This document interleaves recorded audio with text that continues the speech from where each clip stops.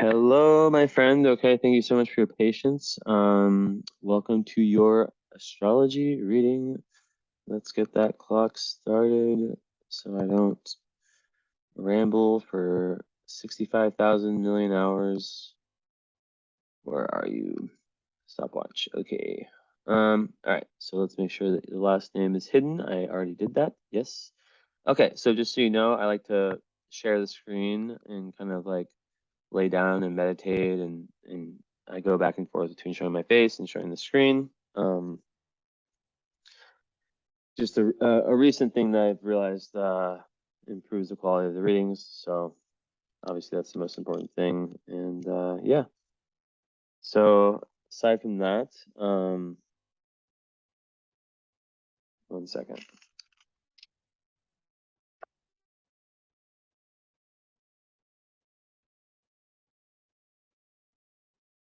Okay, that's good.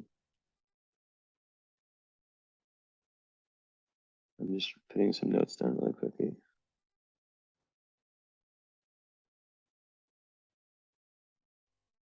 Okay, very good.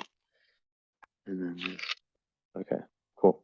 So yeah, obviously here we have, Aquarius rising, Sun in Cancer conjunct Venus, Moon in Gemini, with Mercury close by, but not close enough by to where it's combust. So it's actually not having a negative effect. It's actually very good for intelligence and lots of things. And yeah, so what about this chart? Well, first thing I notice is I notice a lot of things. You have that Mars and Leo on the descendant. You've got Uranus conjunct the North Node, and Neptune over there in the midheaven, close enough to the midheaven, 11th house. So and I see, okay, so, and then with aspects, Pluto square Sun,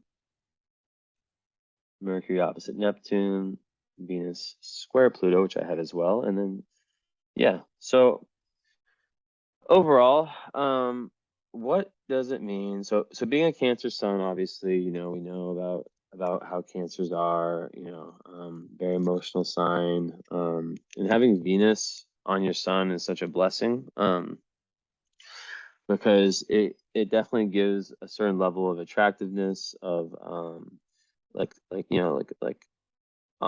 just attractiveness on like the physical level, but on the spiritual level, on the energetic level, it gives a real ease.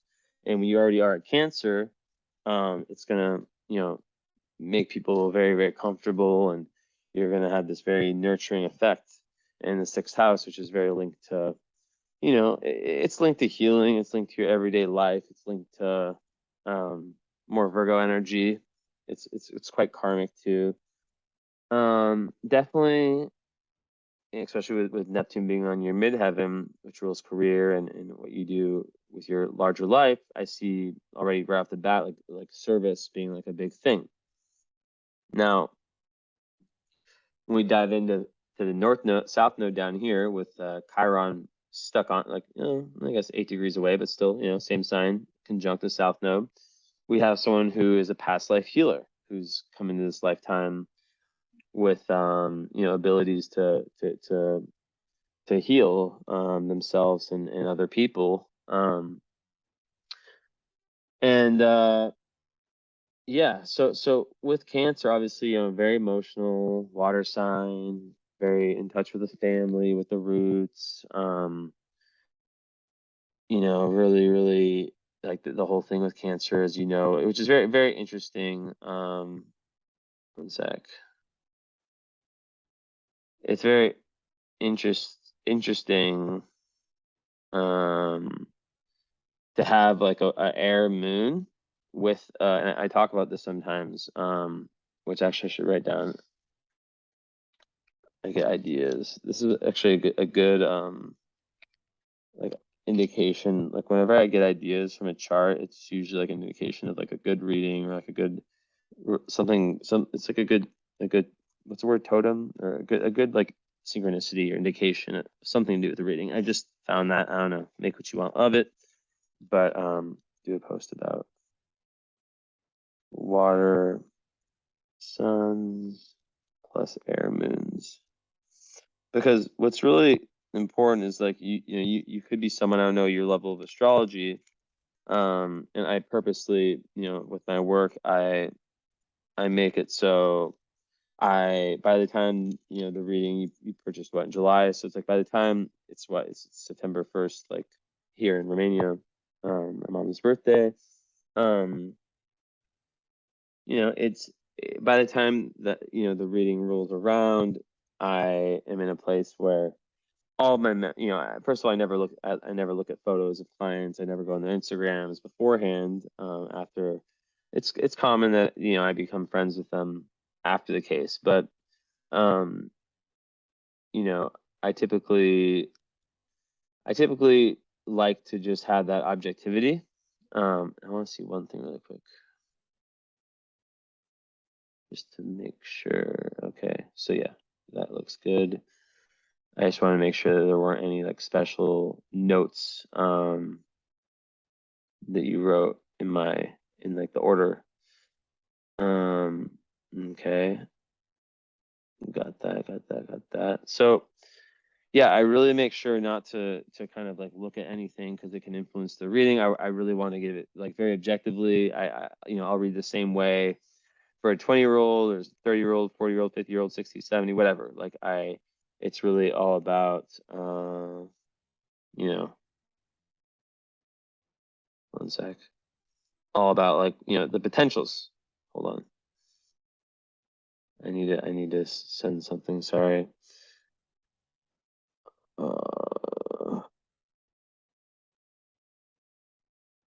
Kind of do things like in that moment, it just doesn't get done.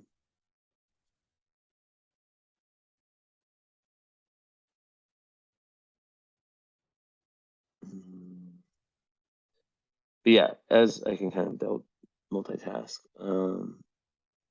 The bodies. Oh, I see. So yeah, like I really don't want to know anything about the person, and I just want to just go in with that knowledge, with no knowledge, with complete objectivity. Okay. One sec.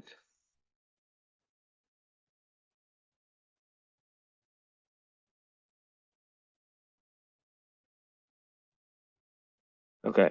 So yeah, basically, so as I was saying before, being Cancer Sun, it's very emotional. It's the whole thing about the Cancer, that once they're hurt emotionally, they can have that tendency to kind of crawl into the shell and have issues with trusting again. Now the thing with having, the moon in Gemini, which isn't it conjunct? Let's see. It's definitely conjunct one of the wealth stars for sure. Is it Betelgeuse or Capella or both? I think they're around 22. But either way, like, yeah, so you got Capella. Yeah, so that's like all about money. So it's quite close to your moon. Yeah, okay, we're good here. So air moons tend to like have like so it's very, very, very opposite energy. Like I actually have, I don't know if I call him a friend, like a friend slash kind of acquaintance, someone I know who has the same thing where he's a Cancer Sun with a Gemini moon. And yeah, so I understand the energy. And what happens is that like, so there's obviously the Cancer part, right? But then the air moon, whether it's in Gemini or, or Aquarius, Libra, a little like, yeah, also Libra, but like, Libras can be very relationship oriented. There's an energy where on one hand you can be very emotional, right? But then on the other hand, there can be like disattachment from it. So, oh, fuck, I made the same mistake. Sorry, this is not cutting into the time or anything. I just.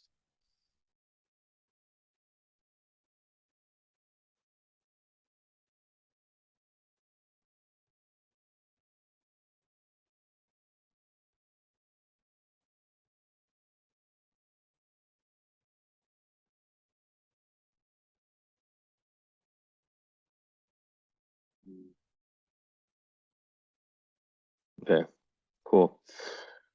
All good there. So yeah, basically with the moon in Gemini, ruled by Mercury, a chart ruled by Uranus, there can be a tendency to kind of go back and forth between like the emotional world and like the more like airy kind of intellectual.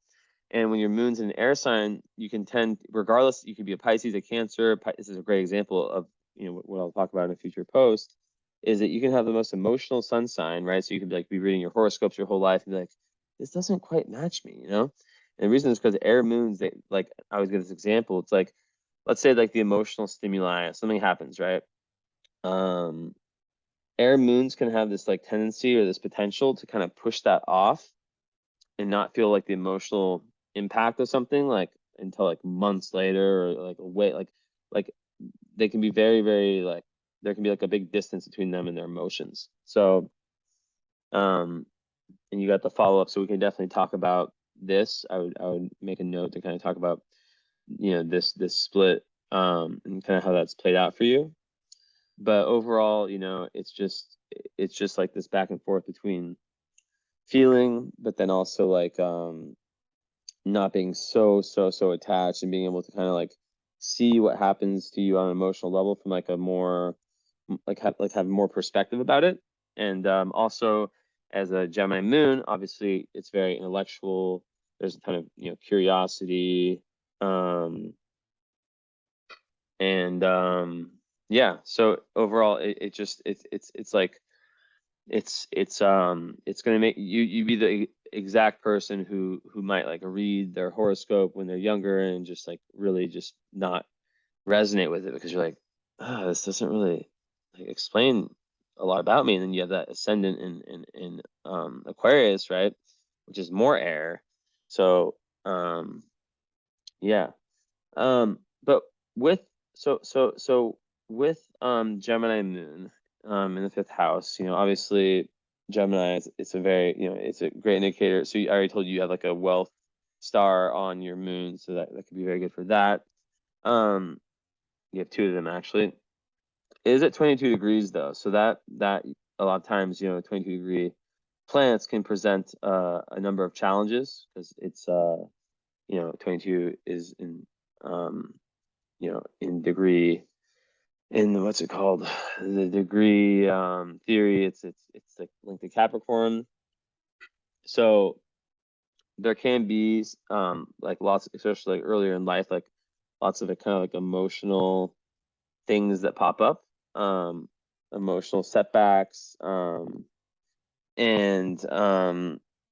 it's kind of like an energy that you grow into. You grow into that, to the higher energy of the Gem moon. Now, what does that mean? So Gemini moon is, and your north node is in Scorpio. So it's very, very curious, right? So the moon rules like the instincts, like what makes us feel happy, what makes us feel comfortable. So like understanding your moon sign is like it's like the most important thing, right? I mean, if you really think about it, like if you're just following Cancer, right? Like let's say you're someone who just like you were interested in astrology from like a baseline level and you never learned about your moon sign, well, you probably wouldn't believe in astrology because you would be like, this isn't making any sense, because what it takes for me to be truly happy is not what it says about Cancer. Cancer is a lot more, domestic. It's a lot more, which is also a part of you, right? But you have this a whole other side that's way more about trying new things, being sort of like a social butterfly, a real need to like speak to people around you and to kind of like engage, and it just gives like this real emotional need for for a very like vibrant social life, and for speaking, right? For communication, right? Of all sorts. Now the fact that it's in the fifth house, So I imagine like COVID, right? Like lockdown, like for all Gemini moons, is probably very, very difficult, right? Especially since you would have had your moon squares my moon. You would have had or opposes it. You would have had Neptune. You're probably just coming out of this squaring, like the transit Neptune squaring your it's probably actually that's more like last year, but like yeah, or in some of this year too, squaring your natal moon, which would have been a time of a lot of like kind of confusion and just overall like it's a tough transit. I just went through it, so very sensitive to energies around you and needing more alone time than usual. It's kind of like a secluding, but it really pushes you deeper into spirituality, which may be like sort of some kind of impetus to get a reading like this, or to dive deeper into these realms.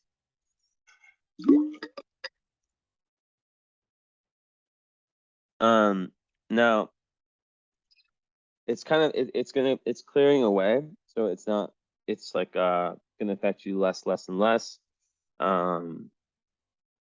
as Neptune moves closer to Aries, right, and moves right to my sun, which is 28 Pisces. So I unfortunately, you're lucky, like I go right from the square of Neptune to the moon to the conjunction transit. So I'm like, and Mercury is on my sun, so I get hit, and then it quincunxes my ascendant. So fun times for me. But and it totally correlates with like me being like way more like in my own element and just not wanting to like be around different energies and stuff like that. But regardless, yeah, Gemini moons like during like lockdown or just in general, they probably would have been the ones who struggle the most, because they really need to, like, even like things like small talk can nourish them, right? Like not to say that you're like not a deep person, you definitely are, but like yeah, Gemini moons, they really like to experience a lot in life, and they have this curiosity that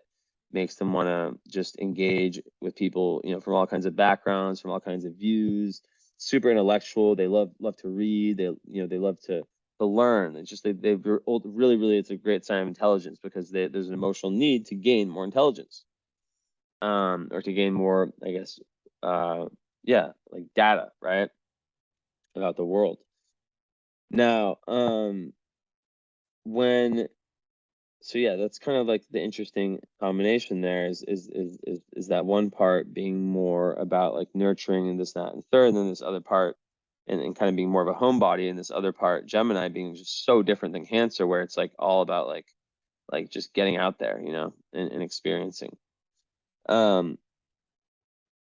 With and then yeah, of course, having Mercury, which is how you communicate, how you think, your brain in Gemini, it's a very strong position. Even Moon in Gemini is a very strong position for intelligence. So as Mercury, may have seen my recent post where I spoke about like signs of intelligence in the chart. And I definitely think that you're someone who seeks out lots of different types of wisdom and knowledge from different sources. And the thing with Gemini is that there can be sometimes like a restlessness, right? Of like, I need to move forward, I need to move forward, I need to like get to this next level. And they can be a little bit like Gemini moons can be a little bit nervous, in the sense that like on an emotional level, they can sometimes be too like idealistic, like not idealistic, they can be too like abstract and more in the realm of ideas. So when it's in your moon sign, moon is obviously ruled by Cancer, which is your sun. It can kind of like push one away from like really truly experiencing their emotions, and make them more inclined to kind of like speak about them and instead of like really feeling them. And that's what a lot of your north node in Scorpio, right, which is the north node, represents. Like, it's not a planet, but it represents kind of like a destiny point of sorts in your chart, like where it's like kind of like the mountain never climbed in past lives, like where you're really trying to get to in this lifetime. And in Scorpio, it's all about learning to let go, learning to kind of, especially with your south node and you can probably see my cursor, with Chiron there, it's like taking these like past life, like healing talents, right, that you have, and moving them into your like kind of career / dharma / life purpose, just like in a more public area or arena of life, right? And in Placidus, it would fall in the 9th house. In whole signs, which I use as the 10th house. But regardless, like it's really about like kind of broadening the horizons and through deep shadow work, right? Like first, there's that first element of like taking like the latent or like these inherited abilities you had from past lives of being a healer of whatever type, whether it's a witch or I don't know what kind of healing was done, alchemist, whatever you want to call it. And but like you probably were very, in Taurus, you probably were very like close to home with that energy, like and if we look if it, from a Placidus perspective, it would be in the 3rd house. So either way you're looking at it, it's close to home. It's not really like allowing the energy to kind of flourish in a like kind of showing the world type energy, right? So that's one thing, is like accepting these parts of you with, especially as an Aquarius rising. You see how it kind of all comes full circle. That's a rising sign of someone who's meant to be different, right? Who's meant to kind of really be their own individual, not give in to societal norms, and really, it's very rebellious ascendant sign. They might have like an appearance that's goes against normal conventions, and it's all about individualism and freedom. So, and that's also, and it trines your moon. So your ascendant and your moon are trine, which is a very nice. I love when I see that, because what it means is that the way that you look, your outer personality, is heavily linked to your internal kind of instincts and emotional nature. So what that does is that it creates someone who, when people get to know you, right, there's a link between your, like, it's almost like someone who like wears their emotions on their sleeve, or wears that like their authentic emotional nature on their sleeves. Like, it's not like there's this huge disconnect between them now, and that's what people will see. But like the Cancer and Gemini stuff, that's more to do with kind of this thing within yourself. And I have a similar thing, so we can definitely talk more about that, and we'll get more into that. But I want to finish what I was saying about the North Node. North Node in Scorpio and South Node in Taurus, it's indicating that in past lives you've resisted change. As I was saying before, maybe you stay closer to home, like figuratively, like metaphorically and physically, and you had all these talents, but maybe you just didn't like really want to kind of take them to that next level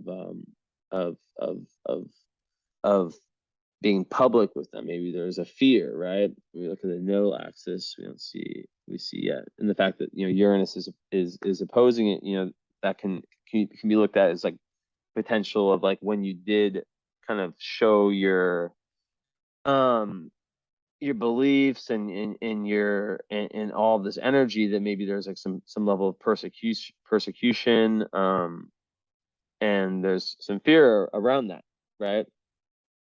So North Node in Scorpio, like I said, it's all about surrender, death, rebirth, transformation, and just allowing yourself to kind of like, and that's why you have an Aquarius rising, right? Like karmically, like that's why you have the chart you do in many aspects of it, is because you're meant to be different, and to understand, like, I am my own person. I am my own person, and society tries to put me in a box, but like I don't want to be in that box. I want to really just kind of release myself from that.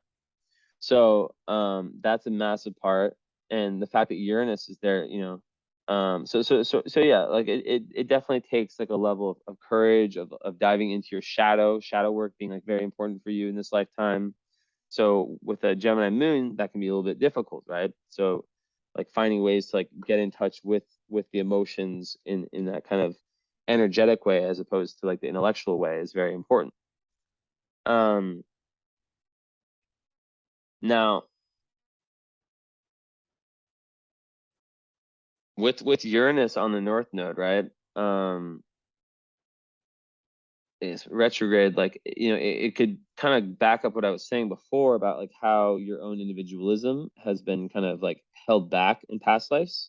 Maybe there's a preference for the more sure path, the path that was, you know, more solid, and you knew that there weren't really that many risks associated with it, whether it's like being kind of sticking with the family, staying close to home, and doing something, you know, for your life work, whether that's, you know, as you know, whether that's like familial or like work or whatever, you know, orientation it takes, that's more conventional. But it definitely like pushed back your individualism and your process of like discovering like who you are and what makes you different, and like really like on like the creative level, right? Like abstract creative level, like like um what sets you apart from the pack. And that's what a big part of this lifetime is, and a big part of that has to do with you going into yourself and being really honest, and letting go of what no longer serves you, and moving towards like, you know, the change.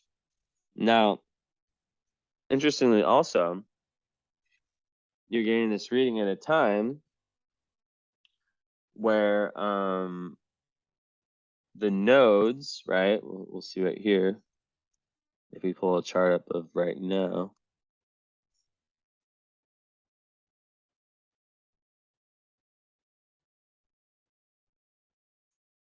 Right now, the North Node is completely opposite. It's like conjunct Uranus, right? It is it's in Taurus, so it's in the opposite sign, but it's a very big point for you karmically, right? This year. And this is kind of delving into the realm of current astrology, which, you know, just saying that that is a reading that I like to combine. Most people lately have been, you know, they get the reading plus the follow-up, and they combine, instead of just getting the follow-up, they add the current astrology, and I give a discount for that compared to the normal price. And we have like a long session where we not only like go over the birth chart, but we you know, first hour is like the follow-up, going over the birth chart, and then after that it's about the current astrology, understanding like the energy of like the year, like the time ahead, right? And I have like tons of different predictive astrology tools that I use to understand that. And that one's like a live, obviously Zoom one that I can record, and obviously I post that one privately, or, you know, whatever. I no one sees it besides you, so you can kind of have an idea of like what's, you know, what to expect in the current time. Because as I said before, like even like just like looking very briefly at it, I saw that square with Neptune and Moon. So like who knows like what else is there. And yeah, so you can just let me know about that. And if I remind you about it again, just don't worry. Like I just people have really benefited a lot from combining the two. So I always tell people it's a good idea to do it. And I clear out like an entire day of my schedule where I only do like 3 or 4 of those a week, live ones. But yeah, it's a lot. It's very good combination to get, and I encourage people to do that. The current astrology on a yearly basis, to kind of understand what's going on and what to expect. You know, it's like knowing the energetic weather for you. So yeah, as I was saying, like so the fact that like right now the nodes are in a very similar, I mean, an opposite position, but like the fact that Uranus is conjunct the North Node, and that's what you have natally, it's going to be a real powerful time for you karmically, to kind of move towards this level, this shadow work, and this kind of like um really letting loose and letting the world know about who you truly are, and your philosophies, and maybe, you know, creating like work that revolves around that, or you know, something along those lines, right? So yeah, like showing your authenticity and your individuality, and all that to the world with no fear, which, you know, it's been a lifelong journey for you with this conjunction, but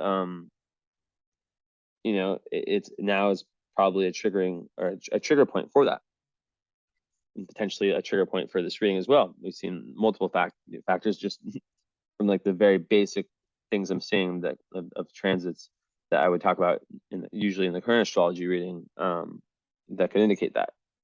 But yeah, like North Node conjunct Uranus is like, you know, it's just showing how the, you know, like in past lives you've been conditioned in a certain way. In this life, you're really trying to move away from that conditioning. And you're really trying to develop yourself spiritually and to find through that shadow work, you know, a worldview that can then be moved towards, you know, your dharma, right?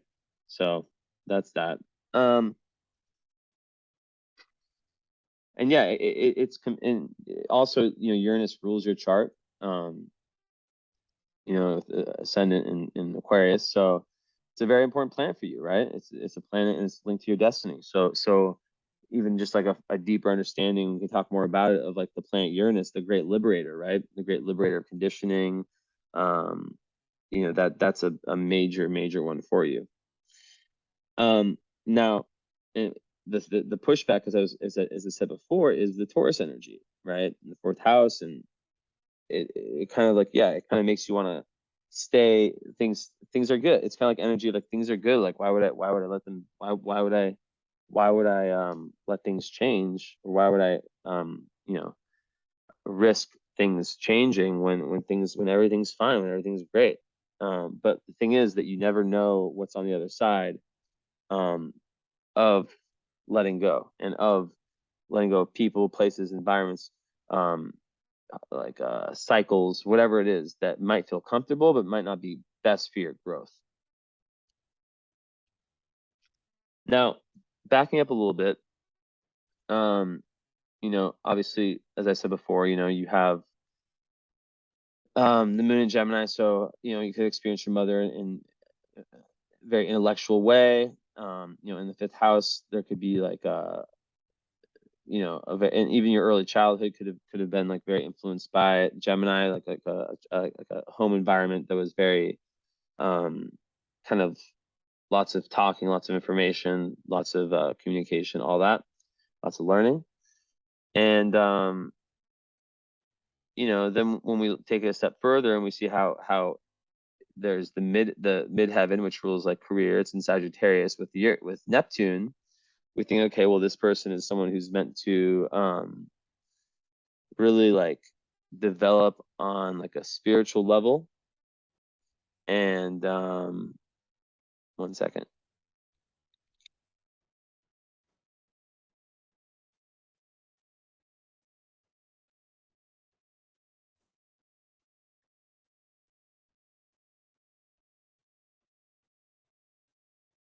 It's good, but one second, let me pause this.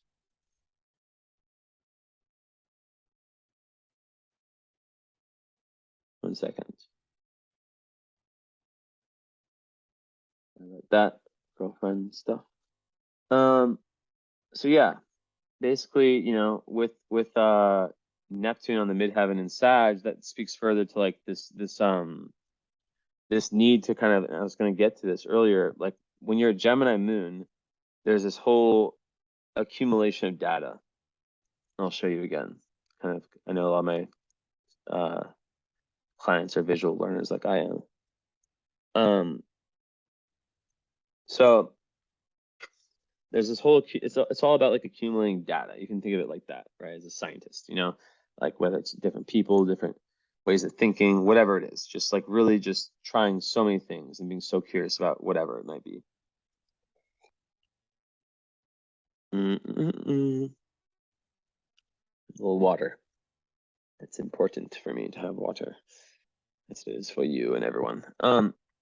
Now, when we have this configuration here, we know that your dharma, your life work, all that stuff, like, yeah, I talked about North Node, you know, being here, but still, like, you know, in Placis, this would be like where the 10th house would start.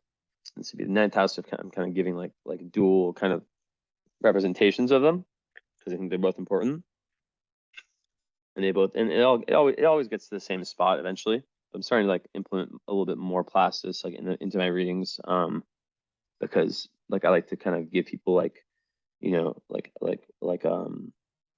different perspectives, I guess you could say.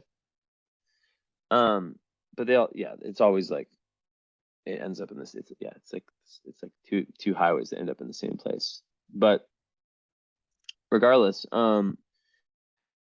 there's a need to like take all that Gemini and Moon data and move it into a higher philosophy, right? Move it into a something that guides you, something where you're tying all these little pieces of information into several guiding principles that help you, that kind of like guide your work or whatever you do in the outer world.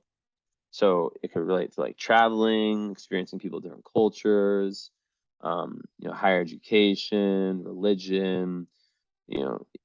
Sagittarius is just all about finding ultimate truth, right? Whatever means necessary.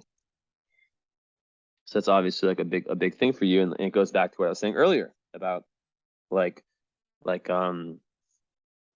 combining like taking these very like Neptune, Uranus, this very like out of this universe like types of energies and making them kind of showing people, like giving people these, right? Like giving people access to these in a way that's very like digestible and understood, because it can be very difficult to kind of explain like what this, what like all the things that you but like can't put into words. It can be very difficult to actually that process of putting these into words, right?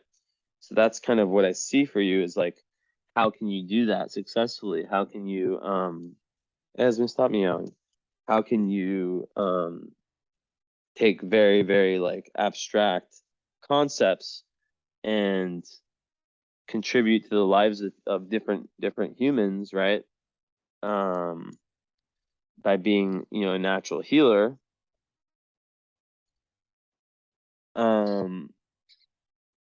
Through all this work, right? Through all this life work of just exploring, just exploring. So that's what really representative, like kind of tying it all together. Also, Neptune in the 11th and North Node in the 11th, that speaks to like, groups of people and like really lifelong goals coming to fruition.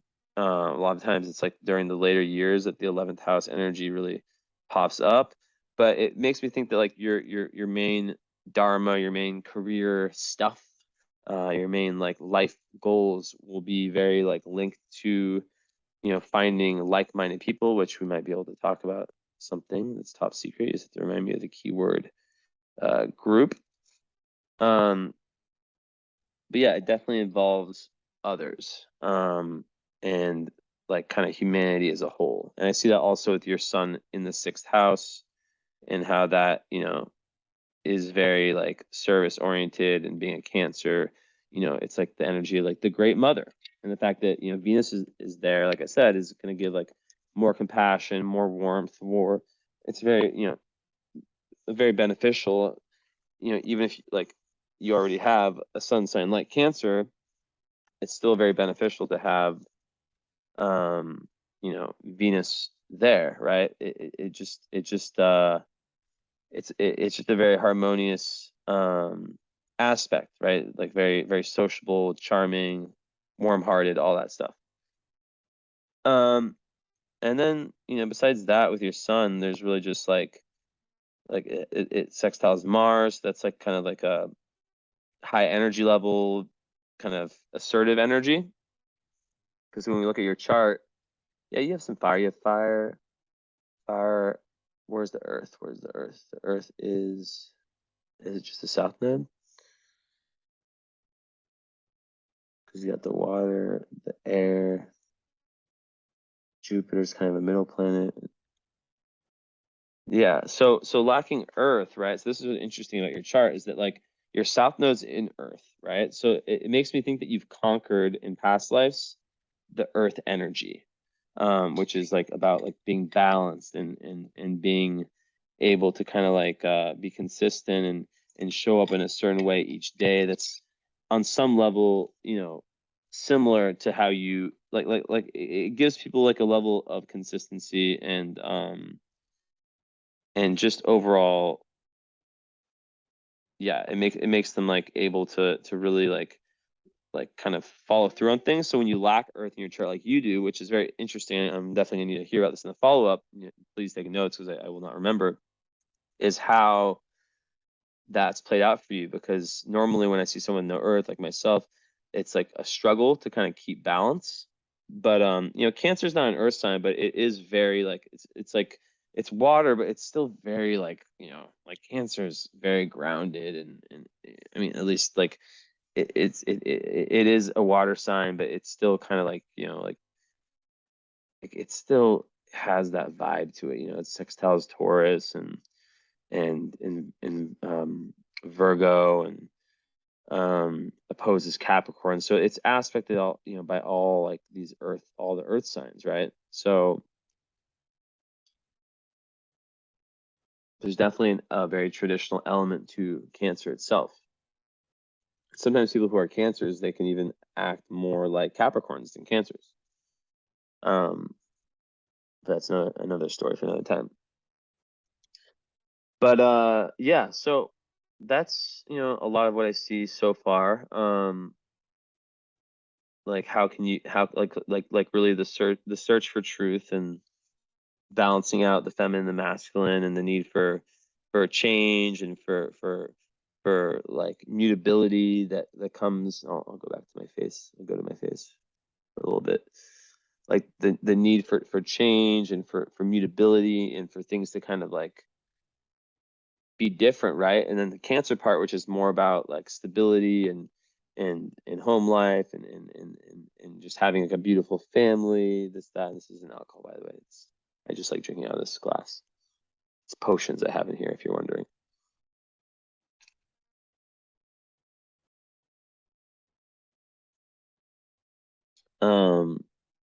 So yeah. But then yeah, with the lack of earth, yeah. So some of these people who have that, they really have to work hard to find this inner balance, right? To find this level of like, I can show up each day in somewhat in you know, a lot of times it requires, but you do have your sun in the sixth house, which is the house of Virgo, which is the earth house. So that can definitely be helpful, but it's just like still Gemini moons can be very out there, you know? So it's like how do you ground yourself? How do you bring yourself back in? It maybe you're someone who goes through lots of like intense eras of like very very outer and then very very inner, which is very common to most individuals, right? To have like different phases, but being a Cancer Gemini can definitely kind of add like, you know, add that dimension. But like really it's very powerful because you have this like great emotional power, this empathy, this intuition, compassion, all that stuff associated with Cancer.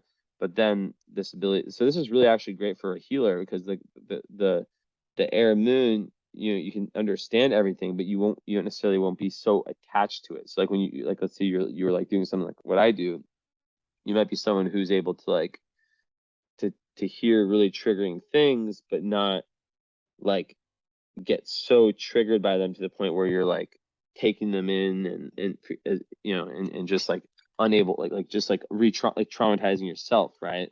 That's what a lot of healers have to learn is, or like especially when they're starting out, is like they hear all these horrible stories from, because you know, people who seek out our services and just healers in general usually have to go through the gates of hell to be able to be in these positions, right?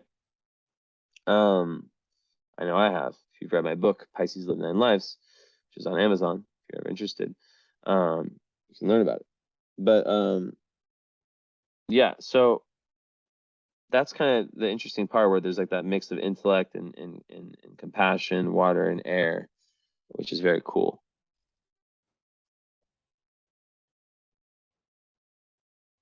So with that said, you know, the sun is square Pluto. Now that's a rough one. Pluto over there in the 9th house. It's a 3-degree orb, so that means Venus, yeah, Venus and Sun are square Pluto. So basically, and before I talk about that, so Sun and Venus together in 6, it's like, like service to humanity, service to yourself, like health, physical, mental, spiritual, all these things will be very, very important to you. And like being like the service, whether it's like working for someone or just like for humanity, whatever it is, like just like being a service is very important, and having your life like in order in some type of way, which speaks to the earth part of you, right? And then the south node being in Taurus would indicate that the earth stuff, and especially with Jupiter in Taurus, it would kind of push away some of that energy I was saying before about like the potential for like earth, like that balance and grounding being difficult, because Jupiter in Taurus is quite good at that. It can also create hedonists, people who are like too obsessed with like the sensual stuff, sensual, like the sensual avenues of life. You don't call it that. The areas of life that make you feel good physically through the senses. But it can also definitely create a certain level of groundedness and yeah. But also it's really, really good for abundance. Jupiter in Taurus, I must say it. It's very, very good for abundance. So it's another indicator of money, or potential for it, whatever. Now, as I was saying, the square, and I'll go back and show it again, just so you can see what I'm talking about. So Pluto's here, it's squaring like 90 degrees this, right? So you see that square. So Sun square Pluto, that is about, so it can create at a lowest energy like antisocial behavior.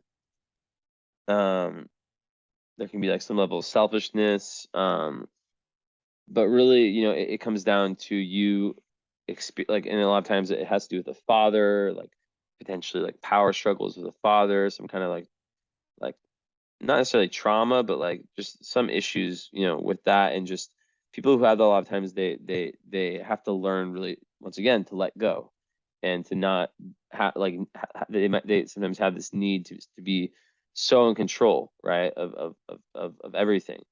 And as a Taurus South node, if you're living in your South node, which is like the South node is, like I said, it's like the opposite of the North node. It's kind of like the past life tendency. It can create someone who really, really wants power and who will do whatever it takes to get that. But at the same time, it can create someone who is highly controversial and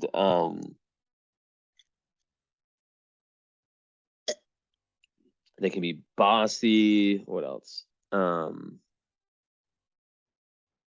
They can be bossy. They can definitely experience, but like overall, like they tend to experience their own shadow at some point, usually pretty early in life. Like they have situations that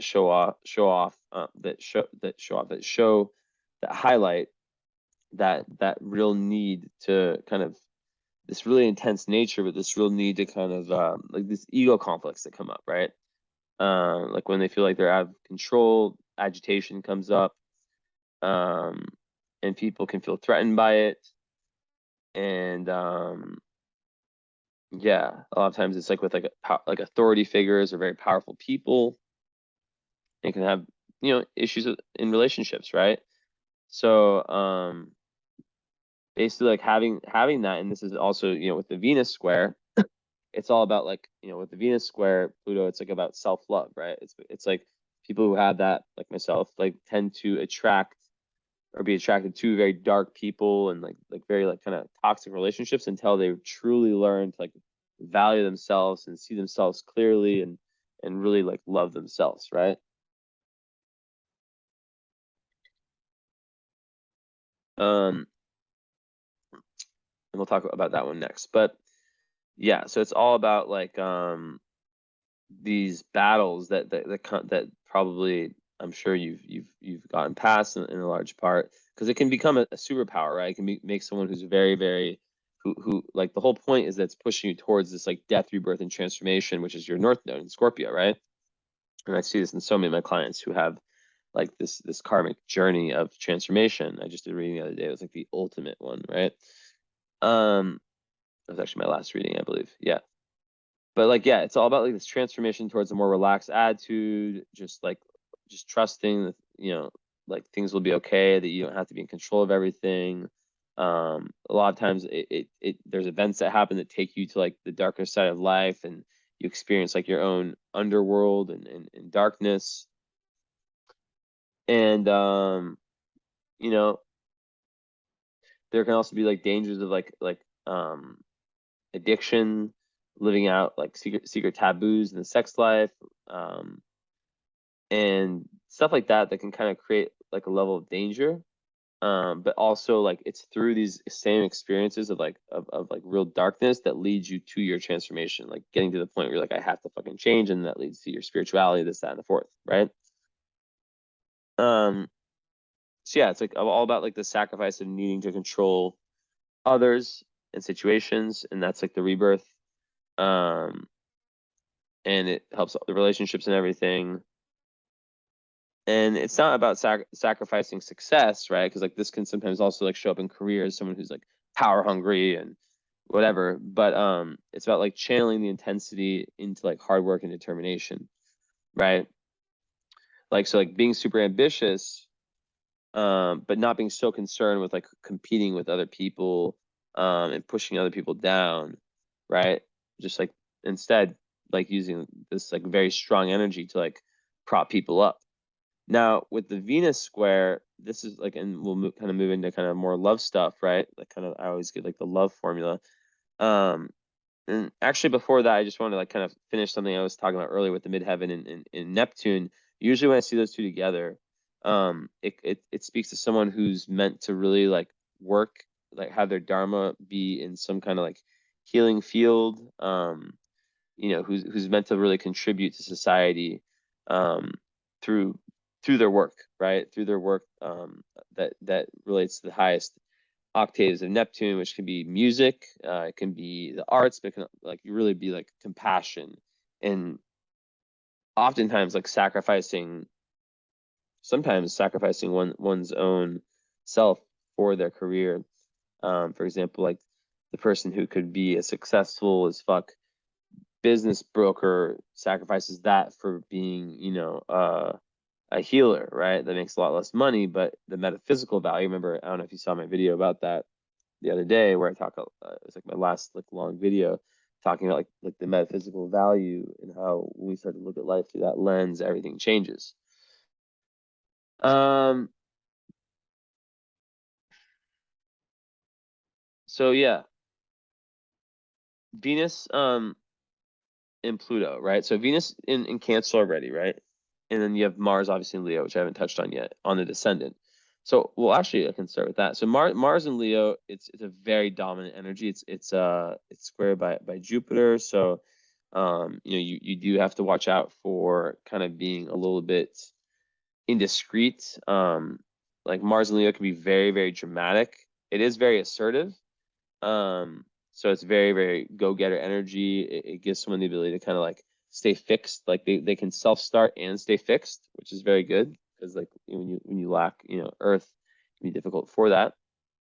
But the fact that it's on the descendant, it can give lots of like I guess you could say issues when it comes to love life and relationships, like with partnerships. It could be business partnerships, but mostly, or like, mostly it can create enemies. Mars and open enemies. Mars on the descendant, by being very rash, and also all that Aquarius energy of just being very, very different.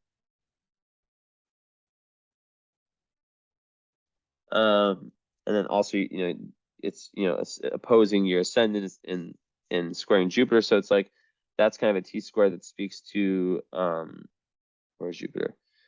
Yeah, and it releases like in Scorpio, so it's like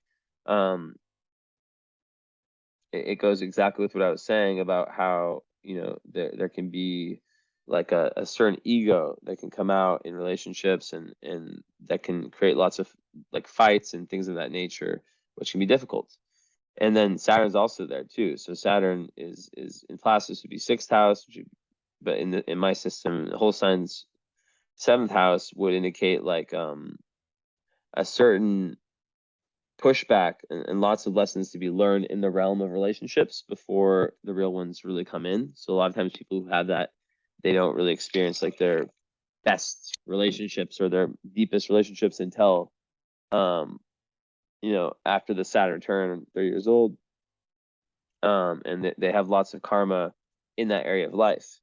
So with Mars there, I could see how they're in, you know, and with Venus square Pluto, which I'll talk about in a sec, I could see how like that area of life could have been problematic.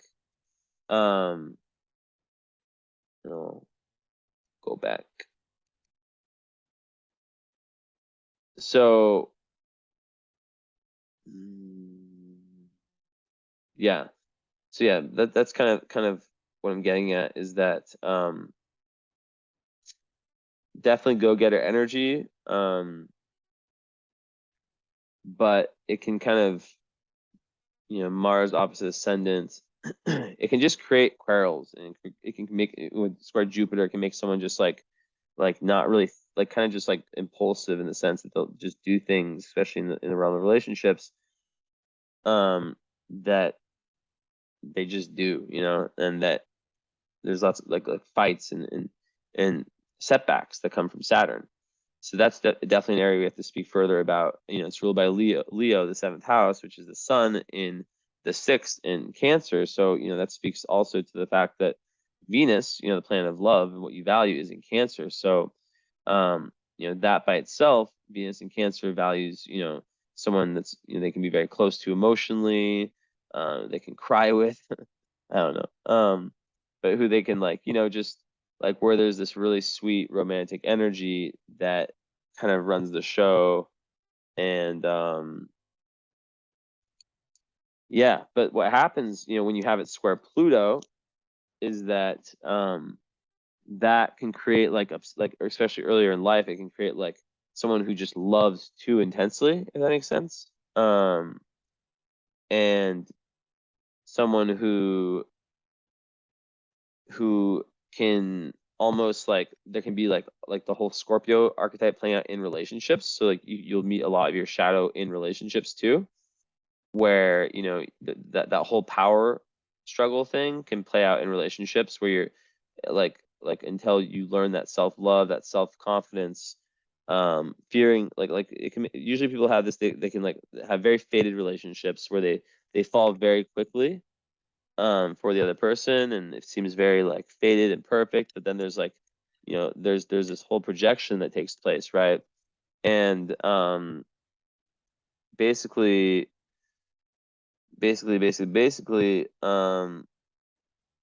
it can definitely cause difficulties in love life, where it can almost, I don't want to say like freak people out, but like it can be like kind of coming on too strong type energy, right?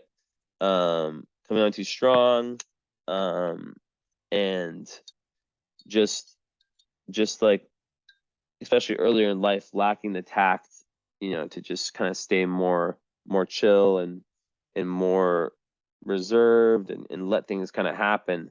And yeah, it can create all kinds of really like you know, just weird, not weird, just very, very dark scenarios in that realm of life. And once self-love is learned, is truly not learned, you know, like from a cognitive standpoint, learned from like energetic, like really, you know, through the healing, that's when the high energy of that square can become a superpower, which is like soul, like the most close soul bonding relationships possible, right? But it all comes back to letting go, and that whole thing about power and dominance, because no one wants to be dominated, you know. No, I mean, I guess some people do, but no one wants to be like psychologically held back and not feel free in a relationship. And you know, Venus Cancer people, as romantic and as sweet as they are, especially as a Cancer, they can sometimes be a little bit clingy in the sense that they, sometimes can be a little bit, but yeah, very, very attached, right? Very, very, very, very attached, and really want, like, they'll require a partner who also can kind of match that level of intimacy, which isn't everyone.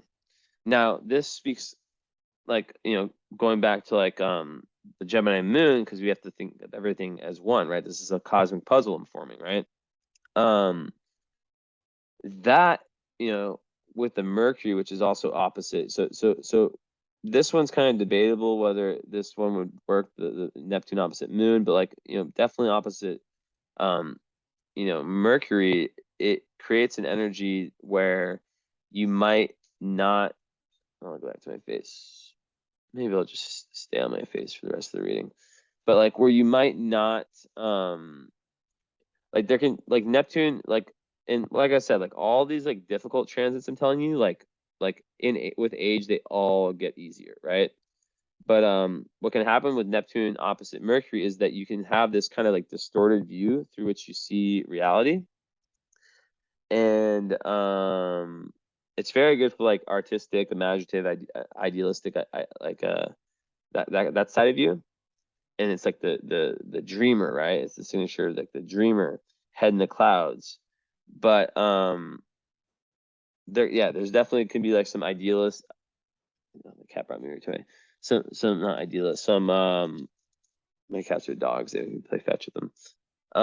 Some kind of like what's the word I'm looking for? Escapist tendencies, like when it comes to the mind. And there can be difficulty with like kind of separating, like and really like clearly like understanding like the meaning of the spoken word of someone. And it can create all kinds of difficulties in relationships too, right? Because you might be like very good in like the areas of life that are very abstract. And this kind of like goes back, the Gemini moon will make this easier than Gemini Mercury, but we have to say, like, this aspect's very important, right? Because it's like it just gives such a vivid imagination, but like there can also be lots of disappointments in close relationships because like there's like a weakened mental, like the ability like really perceive reality, and people's communications and also your communications to them can be weakened, right? So like imagine like your process in your brain, there can be like a very like there can like be a very different, like there can be like a filter that doesn't necessarily match up with reality. Oversense also, like, it's very like the ultimate like oversensitivity to your environment. Like, so there's definitely a need for alone time. Like, you can, if you're around too many people too much, you can sort of like really take on their thoughts and their ways of thinking. So it's important to kind of like learn, especially like differentiate your thoughts from others. And yeah, so miscommunications are very common with this, which can easily spiral to like deception, lying, accusations, all that stuff, right? And also it can make someone, like I was saying before, like perceive another person's character traits or intentions in a wrong way. So you might see like the good guy is the bad guy, and the bad guy is the good guy. So that's something that takes time and conscious awareness to be able to like really understand. So the first step obviously is the conscious awareness of that potential flaw, in terms of like avoiding like miscommunications and all that energy in relationships. And then after that, like I always talk about, like in psychology, like reality checking, like double checking, asking for advice. Like if you have like a close friend, like hey, like let's say like in a relationship or something, and maybe you're married, I have no idea, but like this person said this, and it's not just in relationships, this is just overall life. So it doesn't just, this is not like a very relationship basis. It's all like this person said this, like what do you think they meant by it? because you might think like they meant something way different than really what it is. So getting a second opinion is really important for these types of things. Also, like watching out for like conspiracy theories, like just like things like that you know, you really have to kind of like get different people's perspectives, which is the Gemini moon you're good at. But like tons of famous people have this, so that it's very, very good for like anything creative. And just a very imaginative view of reality.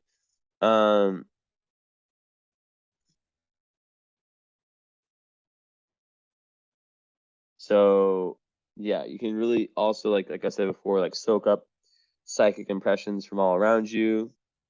So that can lead to like issues with understanding your own kind of cognitive process. So yeah, a lot of people like with this, they need some kind of like psychological training to figure out like what's yours and what's not yours, you know, and allow all of the energy around you to kind of flow through you but not get stuck to you. Then yeah, so that definitely combines or goes with the relationship stuff too. So the moon, it's kind of debatable. Like, I mean, it's 11-degree orbs. It's like usually you'd say you probably wouldn't have that, but like that could also, you know, if you want to count that one in, I mean, you could say that's like a loose one, but like it would speak to that the same energy, just more related to just like potential like mental confusion, right? Like danger of self-delusion and susceptible to like schemy type people, which I see a lot. So that's an area where you probably have to navigate a lot in your life, which goes with the North Node in Scorpio. You know, doing that deep shadow work. So yeah, let's see here. So yeah, Mars and Leo, you know, like I said, you know, it's a strong energy. There's a real need to express yourself. So like that's another one that's very good for creativity. Your fifth house moon, I don't know if I emphasize this enough. That's the house of creativity of the inner child. So there could be an emotional need to create, whether it's children, art, express self-expression, like speaking, you know, just some there's a really, really big need for you to express yourself like creatively in an authentic way, which is like linked with, you know, a lot of the chart with the ascendant and all that stuff.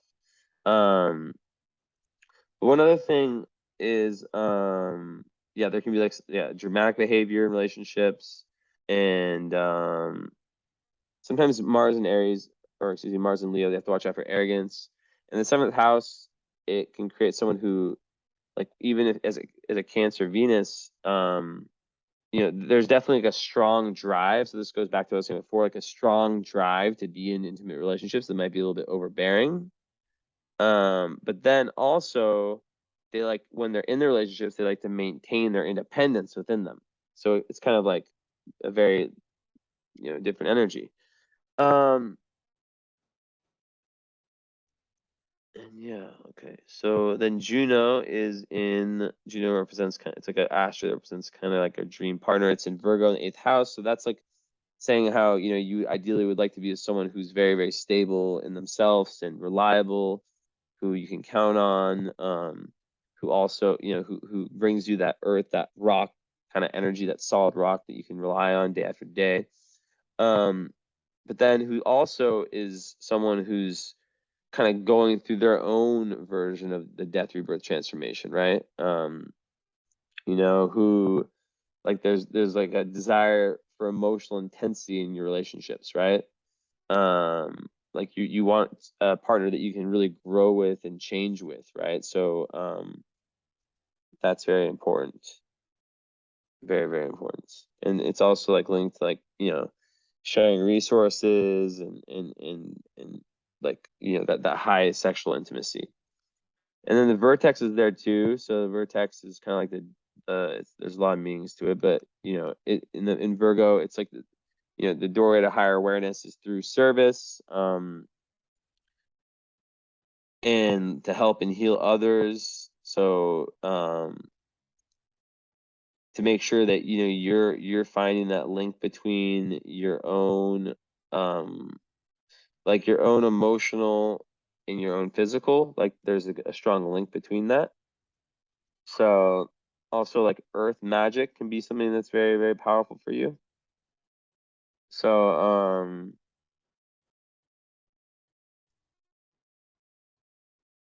yeah. Also, there can be some destiny connected with animals. That's another thing I didn't say. Like the sun in the 6th house in Cancer, the Venus there. You love animals for sure. There's no way you don't. And they're very great. They're like medicine to you. They're like your healers, animals. I keep biting my lip. But then, like, you know, Vertex in. I said I wouldn't go back, but I'm going to. Actually, I'm not. Vertex in Virgo, so that's kind of like, it's kind of like a second ascendant in relationships. So when you think of it, I'm looking for something on my phone. I have like notes on my phone and stuff that I access at times. One sec.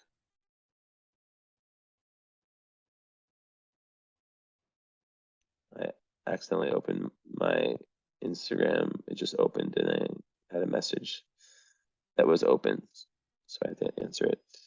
Usually I leave them on red, answer when I can.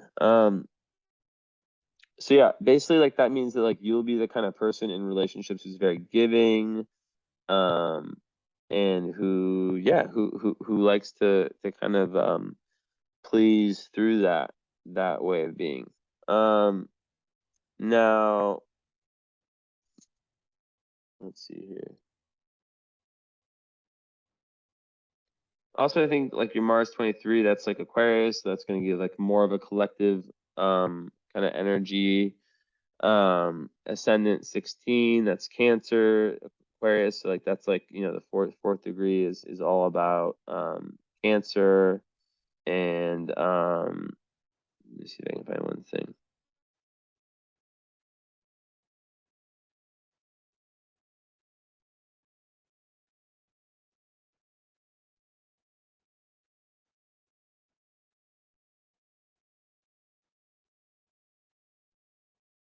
Yeah, there's just like a Cancer layer to your, like kind of like a to your Aquariusness, to your Aquarius rising, basically. Um, like yeah, like more of like an emotional kind of way that you put yourself out there, even though it isn't in that very unattached Aquarius kind of different kind of energy. Now, Black Moon Lilith. Okay, so 3rd house Black Moon Lilith, that speaks to like there might be like some issues with like neighbors. A lot of people have this. They have like really bad neighbors throughout their life. There can be like also like kind of darkness with like with this what a sibling, something like that. And just like with the immediate environment, there can be like some like, and people can be jealous of your intelligence and your way of speaking, and your way of understanding the world, which can create some of the conflicts I spoke about before. And in Aries, you know, and this isn't a planet, this is like a point which speaks to like the darker side of your nature potential that can come out. You know, it can make one very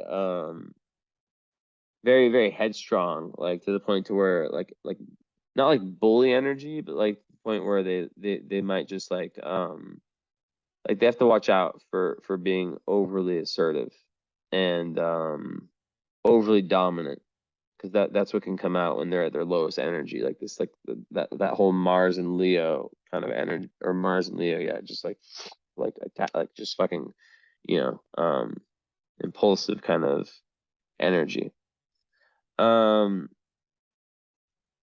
Now Jupiter at 21, that is Sagittarius. That's very, you know, so that's going to give more of like a, like, you know, it's I talked about how it's in Taurus, so you know, it's going to make everything related to Taurus heightened, so the senses and you know, it definitely adds a needed stability to the chart, with the South Node and abundance and all that. But you know, with degree theory, you know, that's Sagittarius, so it's also going to make you like very on this quest for truth, and yeah, like on this quest for truth. and higher awareness that I talked about before. Moon at 22, I talked about. Moon Mercury at 15, that is Gemini, perfect. So it's like a double Gemini. Yeah, like Mercury and Gemini is really good for intelligence. And as I said, it's 7 degrees away, so it's not combust, so it is very, very good. And yeah, you're able to really like see different people's perspectives, and it's just once you get past that opposition with Neptune, you can be like this very creative person. It's also very intellectual. It's very cool, and definitely a need to really express that in a creative way. I already talked about how the moon has Capella on it. Sun, like I said before, I talked about that with Venus. So yeah, with the love stuff overall, there's lots of holdbacks, but ultimately, like, you want someone who's consistent, someone who's willing to go through the transformations with you, someone who sees you for who you are, someone who, also is a moon in Gemini, who you're able to like communicate ideas with, and kind of have as your best friend, like but you'll be someone who like has an emotional need for lots of friends, and most likely pretty talkative, although the opposition of Neptune can kind of hold that back.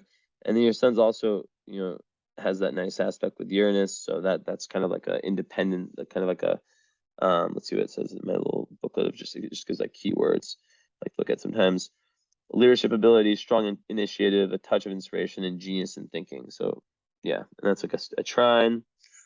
Okay, and then Venus also has that. So Venus, when it's with trining Uranus, that speaks to like an unconventional relationship. And your Venus is 7, so the 7th sign is of course Libra. So that's gonna add like kind of like a more harmonious energy, like a desire to have a more harmonious energy in relationships, which would be very good, very strong. So yeah, you can really value things like artistic expression, romance, partnership, the people you care about, family, and being able to live the life you want. And then I'm just looking through some notes. 5-degree sun, that adds some Leo energy. So it means there's a Leo layer to your identity and the way you shine. You could be gifted with strong creative potential and could identify with your talents. Others could know you for your strengths and funny personality, life experiences with romance, children, and fame. So yeah, that's interesting. And yeah, so Venus and Uranus, what it says here, romantic, artistic personality intrigues others because of unusual ideas about sex and love, can be very sentimental. So yeah. Talked about that. Venus trine nodes, or like, in the axis of the sun too, that just speaks to how like your relationships will be very faded, and also like when you're going towards that high life purpose, like there's lots of like with the sun trying the nodes, like there's lots of like good luck that will come in your way that will help you move towards that Scorpio transformation and that real Uranian liberation of yourself from past life conditioning. So what have I missed out on? Let's see. Saturn the 7th, I talked about how that can like kind of make relationships a little bit sticky, a little bit like take longer than expected, this, that, and the third. Fearing commitment in relationships. And you learn a lot through them, but they like early in life, they can feel like overwhelming. And it's 2 degrees. Let's see what it says. I'm always like implementing new things I learn into my readings. So I've just been getting into degree theory. So 2-degree Saturn means that there's a Taurus layer to the way you discipline yourself. Things like beauty, cooking, loyalty, humor, money, a happy home life, and sensuality can all be things that you have the ability to master. Cool.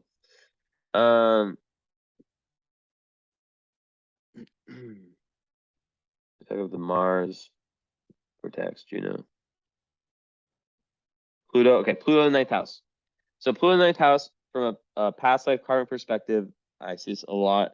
It's someone who, so in Placidus, it would be in the 8th house. So it's kind of like think about both ways. That in the 8th house just makes total sense with the rest of your chart. It's basically just like another complement of the need for this real intense death, rebirth, transformation, where you kind of get pushed into your own darkness in a certain way. And yeah, it just like kind of complements what I've been saying. Very good for yeah, very sexual placement, sexual transformation, and also like makes you really want to like have an understanding of death, rebirth, transformation, and like the occult, esoteric. But yeah, in the 9th house, so some people think that you know that can relate to politics or like gaining power through like higher education or something related to their beliefs. It can lead to like an obsession with traveling, and a lot of that comes from past life memories of like you might not feel you're born in Japan. So shit, I don't even know. I didn't even realize. I didn't even think about that the whole time.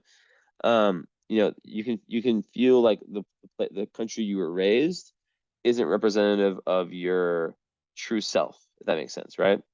So a lot of people who have this, like they've incarnated in tons of different countries and tons of different past lives.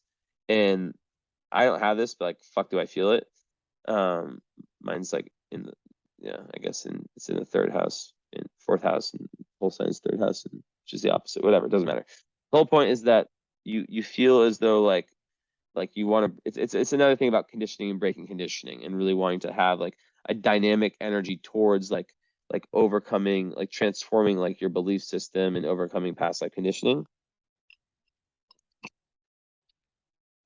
So yeah, avoid having like dogmatic, like super like dogmatic political or religious views, because that can be very, very like destructive. Let's see what else. Experiences that catalyze a philosophical transformation, impacting the way they feel about themselves in the world, can be engulfing moments of growth for these individuals. Yeah. So it's like it can lead to an obsession with experiencing new things and new philosophies. So it's very, very Sagittarian, 8 degree. That's, you know, Scorpio. So once again, it doesn't even matter. It takes a Scorpio like element to it, which is, you know, all about just death, rebirth, transformation, and the whole North Node. I said this thing a million times. Okay, then Neptune 11th, you know, you will, you know, do better with friends. You know, it's ruled by Sagittarius, so like you seek out friend groups, and like I said, we'll talk about something potentially who like spiritual, very humanitarian friendships. Like you really want to like be of service to your friends and the groups you're a part of. You want to be, you know, join forces with people who have like similar spiritual views as you, and work together with them to make the world a better place, pretty much, right? Oh yeah, okay, let's check out the stars.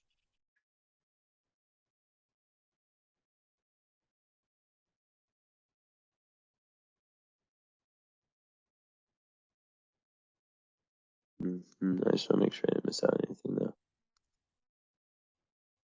Part of Fortune 29 in the first house, you know, in Aquarius.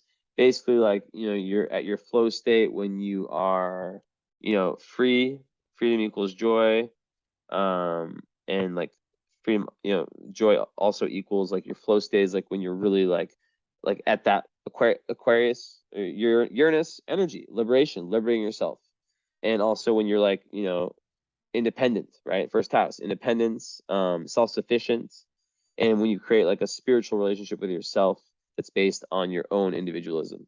Okay, so let's finish off and see what's going on, if there's anything star-wise that I didn't really see before. Okay, nothing here, nothing here, nothing here, nothing here, nothing here, nothing here. Neptune is like kind of close to Antares, but like whatever, it's not close enough. And it's Neptune.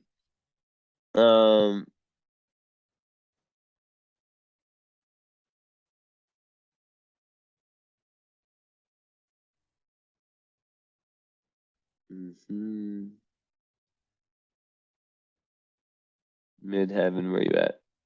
Nope. Jupiter, what's good over here? There's so many stars you can barely see them. Rigel, so like yeah, your Mercury conjunct Rigel. I mean, that's gonna give like more. It's another well star, so like all that Gemini energy is very linked with wealth. So yeah, the high, like really understand what the highest energy of Gemini is. Like being very social and not gossiping, not like not being too kind of like surface level, and really like going more towards depth is very important for you. The midpoint of Sun and Moon being there. Okay, what's this? Sirius? No. Vulcan is on your Venus. I mean, that just speaks further to what we've been talking about how there can just be like this explosive masculine energy in your love life. So that lines up perfectly with what I've been saying. And yeah, I don't see. Oh, and then what's this? Karma on your Pluto. I mean, fuck, I don't even know like what I would make of that, because like a lot of these asteroids are, but it's very on there. So I guess you think of that just speaking to like your search for truth and for higher wisdom and all that being very um very karmic, and really linked to your past lives. Your transformation you're going through in this life is very linked to this process you've been really trying to get to, but been held back by. Okay, so let's see the next list of stars.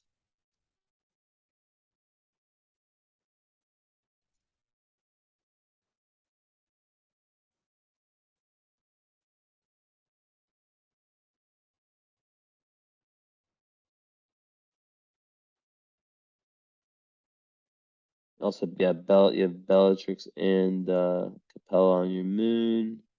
It's super strong position for finances.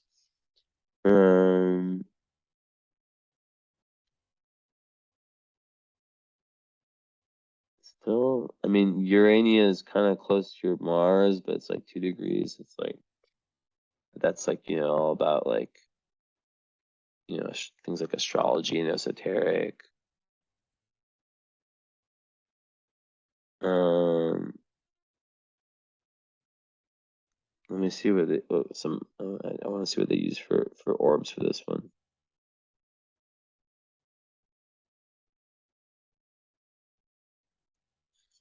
It's hard to find information on all these.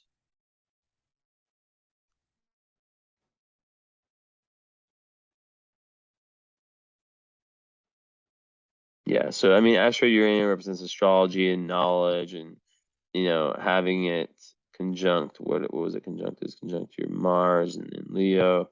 I think it can just give you like a very, I mean, it's 2 degrees away, so it'll give you like an interest, somewhat of an interest in astrology, like anything that's like it's very like astrology based, wisdom, philosophical, all that stuff, like finding truth, like esoteric truth. So yeah, that's about it. I look forward to the follow up. So make sure you watch it 3 times, take some notes, my Gemini friends, Gemini E friends, Cancer Gemini. And I hope that you enjoyed this. Remember, you're trying to move from Taurus to Scorpio, and it's all about letting go. So we will talk soon, and thank you. And 1 minute 28, 1 hour 28. I can never ever get it to an hour, but it's because I care more about you getting the full message than me being a businessman that does 1 hour and at the hour point I stop. No, I go. Okay. Hope you enjoyed. I did my best, and I look forward to talking to you. That was weird. I don't know why I just blew you a kiss, but whatever. I did it. Happened. Okay.